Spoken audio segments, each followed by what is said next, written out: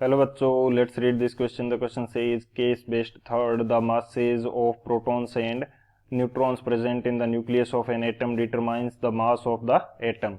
Since the relative masses of neutrons and protons are approximately equal to 1, hence the atomic mass of the element should be approximately a whole number. But the atomic masses of some elements are found to be fractional in many cases. The reason behind this is because elements exist as a mixture of different isotopes in nature.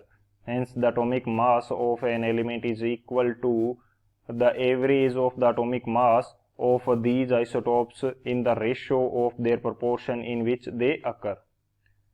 तो हमें बोल रखा है कि जो मास होता है वो प्रोटॉन एंड न्यूट्रॉन के मास के सम के इक्वल होना चाहिए एटम के लिए, और हमारे पास प्रोटॉन और न्यूट्रॉन का जो रिलेटिव मास है वो 1 के इक्वल होता है. सो हमारे पास जो मास मिलना चाहिए वो होल नंबर में मिलना चाहिए. लेकिन जो आइसोटॉप्स होते हैं वो डिफरेंट फ्रैक्शन के अंदर मिलते हैं, डिफरेंट परसेंटेज के अंदर मिलते हैं, तो उनका जो हमारे पास मास मिल रहा है उस एटम का वो फ्रैक्शन में मिल रहा है, ना कि एज ए होल नंबर.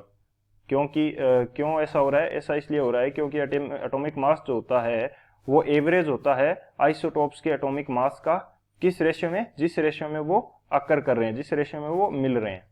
तो इसके ऊपर बेस्ड हमें 3 क्वेश्चन पूछ रखे हैं. फर्स्ट हमें दे रखा है 2 isotopes of an element have atomic masses 10 and 11. Find the percentage abundance of 2 isotopes in the sample which has atomic mass equal to 10.80. Option first 20,80, option second 50,50, option third 15,40 and option fourth 60,40. Question second, the reason for the fractional atomic masses of elements is because of the existence of isotopes having different masses. Second, diagonal relationship. Third, equal number of electrons and protons. Fourth, a repulsion between the electrons and protons.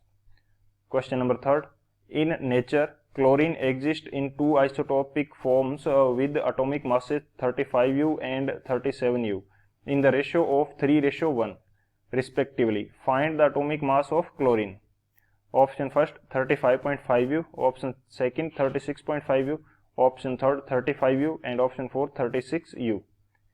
तो ये 3 question जो best है इस case के ऊपर, तो इनके लिए हम की कंसेप्ट डिस्कस करते हैं. सबसे पहले की कंसेप्ट की यदि बात की जाए, की कंसेप्ट, तो क्या की कंसेप्ट होगा? सबसे पहले हम देखते हैं कि जो परसेंटेज अकरेंस होती है किसी आइसोटोप की वो किस प्रकार से फाइंड आउट करेंगे. So percentage occurrence of N isotope, तो ये किस प्रकार से फाइंड आउट करेंगे हम लोग, ये देखते हैं. मैं मान लेता हूं कि मेरे पास कोई 2 आइसोटोप हैं. जैसे मैं एक्स मेरे पास है कोई एलिमेंट, एग्जाम्पल के थ्रू ही हम जिस प्रकार से हमें क्वेश्चन के अंदर जो डाटा दे रखा है उसी को लेके हम समझते हैं. या ए बी ले लेते हैं. इसका एटॉमिक मास कितना है? ए है. और इसका जो आइसोटोप मिल रहा है इसका एटॉमिक मास कितना है? बी है. और हमारे पास इनके मास जो हैं वो गिवन है. मास हमें मान लेते हैं कि मास क्या दे रखा है? एम ए, और इसका क्या दे रखा है? एम बी दे रखा है. अब मैं यहां पे अज्यूम कर लूंगा कि इनका नेचर के अंदर किस परसेंट में मिल रहे हैं. परसेंट के अंदर बेसिकली माना जाए तो ये x% में मिल रहा है. या फ्रैक्शन की बात कर लेते हैं, फ्रैक्शन बोलेंगे हम इसको, fractional presence in nature. Nature के अंदर ये मैं अज्यूम कर रहा हूं. तो ये x है, तो फ्रैक्शन, पूरा फ्रैक्शन क्या होता है? 1 होता है. तो ये b वाला कितना हो जाएगा? 1 - x. कोई एलिमेंट x था जो कि हमारे पास a और b 2 एटॉमिक मास वाले आइसोटॉप्स में मिल रहा था, मास नंबर वाले आइसोटॉप्स में मिल रहा था. हमें मास दे रखा है a एंड b के लिए अलग अलग, और हमने इनका फ्रैक्शन मान लिया कि एक x फ्रैक्शन में मिल रहा है, और तो फिर b कितने में मिलेगा? 1 - x में. सो अब यदि हमें निकालना है कि उनका प्रतिशत अकरेंस या फ्रैक्शन कितना होगा, वो देखते हैं. तो हमारे पास सैंपल का मास दिया होगा, वो किसके इक्वल होगा?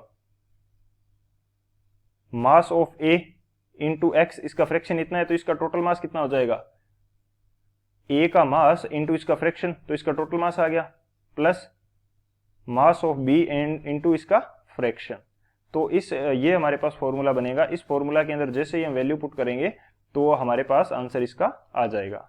ये हो जाएगा हमारे पास मेन कंसेप्ट, और इसकी कंसेप्ट की हेल्प से हम इस क्वेश्चन को सोल्व करते हैं।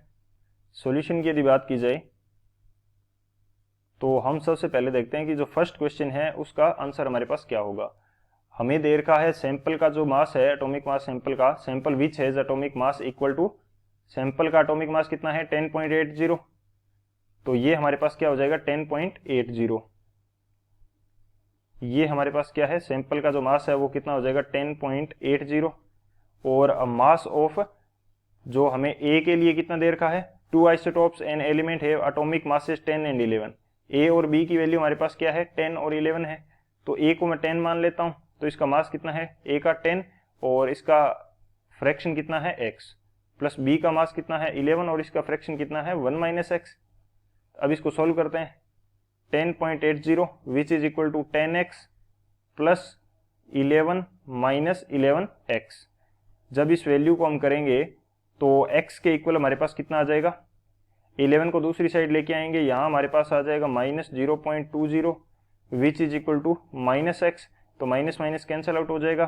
तो फ्रैक्शन कितना आ जाएगा, x का फ्रैक्शन कितना आ जाएगा, यानी कि a का फ्रैक्शन क्या था x था, और x की वैल्यू कितनी आ गई 0.20। और परसेंटेज की अंदर बात करें तो 100 से मल्टीप्लाई कर देंगे, x का परसेंटेज यदि बात करें तो 100 से क्या कर देंगे मल्टीप्लाई कर देंगे, तो ये हमारे पास कितना आ जाएगा 20%, यानी कि x हमारे पास कितने परसेंट में मिल रहा है 20% में।